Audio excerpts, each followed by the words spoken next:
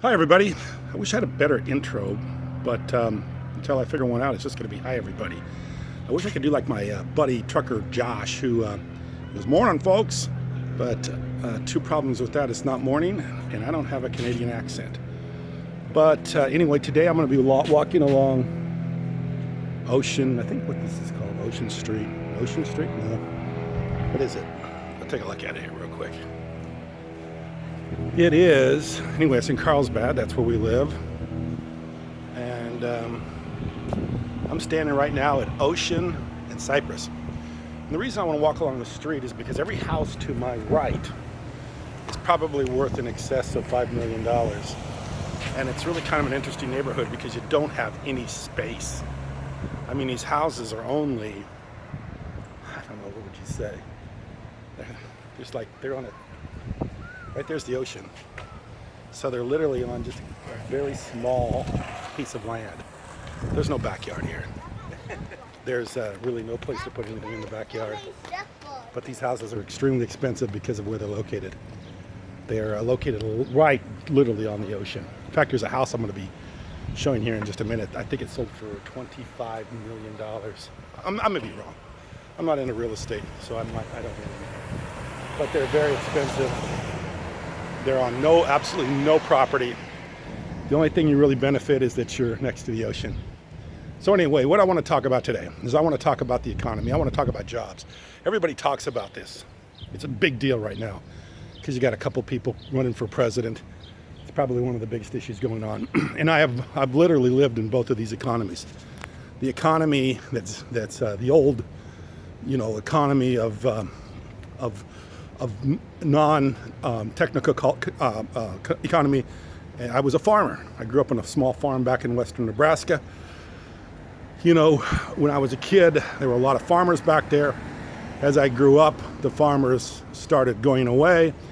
And everybody said the reason they were going away is because we got bigger farms, bigger tractors, more technology, no-till, all the things they do now, chemicals, Roundup ready seeds so that you don't have to cultivate as much, irrigation systems, center pivot systems, all these things led to less and less farmers.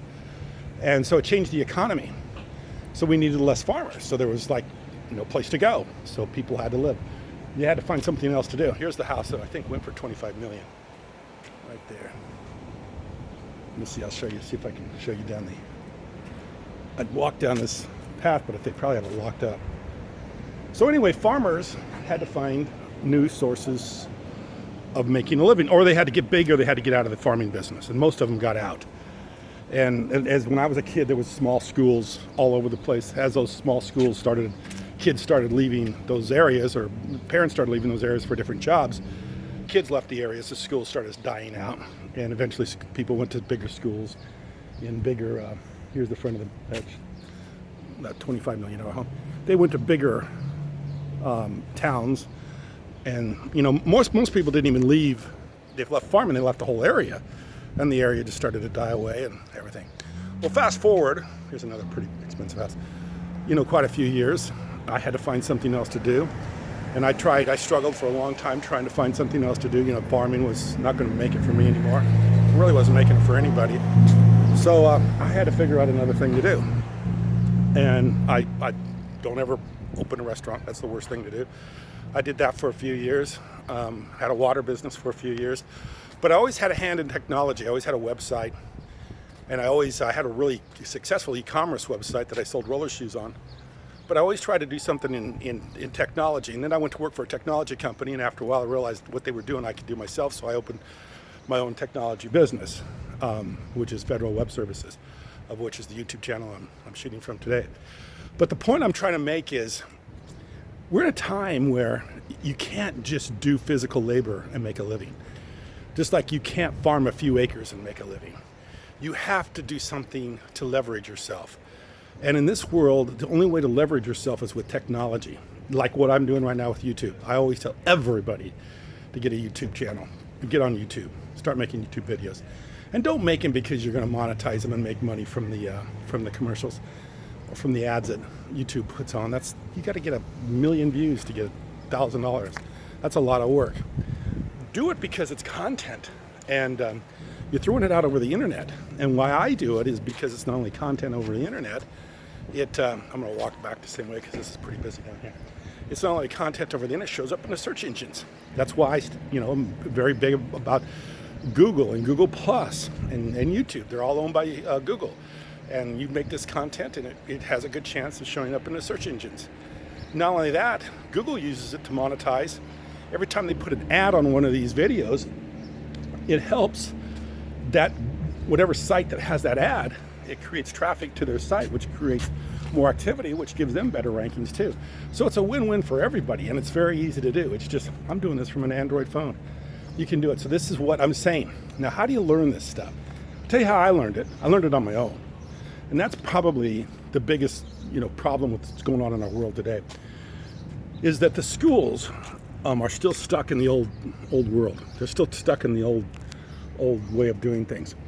So they make you do a traditional education where you take classes that really don't apply to the new world of technology. They don't teach you how to build HTML websites. They don't teach you how to do WordPress. They don't teach you how to do Ruby on Rails or programming, or they don't teach you how to, build an app, which is a huge way to make a living right now, is building apps. They don't teach you that stuff because they still are too far behind. Even when I go to places like Stanford University or Harvard University and I look at their curriculum and I watch their lectures, they still don't have really good lectures on coding or how to code or what to do or anything like that.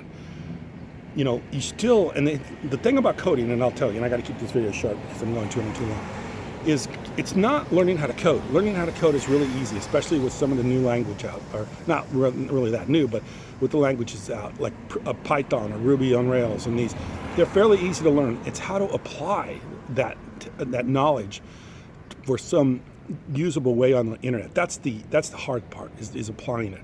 For instance, I see now that people have apps where they're taking it up a little bit further from an app where you just have Uber, where you have somebody has a car and somebody needs a car, but now it's like somebody needs a pickup. So here's an app. If you need a pickup, you can actually connect up with somebody who's got a pickup. This is the world that people need to catch up with in order to support themselves in today's economy. You can't go out and just farm. You can't go out and just work a manual labor job. It just isn't going to work anymore. You have to find some other means of supporting yourself, some other means of making a way of doing this. And the only way to leverage that is through technology. And I have a feeling not too many people understand that, especially people in politics. I heard Mark Cuban say that too. He goes, we have two politicians running for president. Neither one of them understand technology very well. And they must not, because I don't think Trump understands it very well. And I know she doesn't understand it because she probably wouldn't have that problem with emails if she did. So, not that I have anything negative against either candidate. I just think that technology is really important right now. And hopefully they surround themselves with people that know technology, because that's what's really going to make the economy turn around. Not bringing back a bunch of jobs from other countries that, Americans can't really make a living at anyway. What good is that? So anyway, I appreciate you listening. And hopefully this didn't go on too long. Thanks.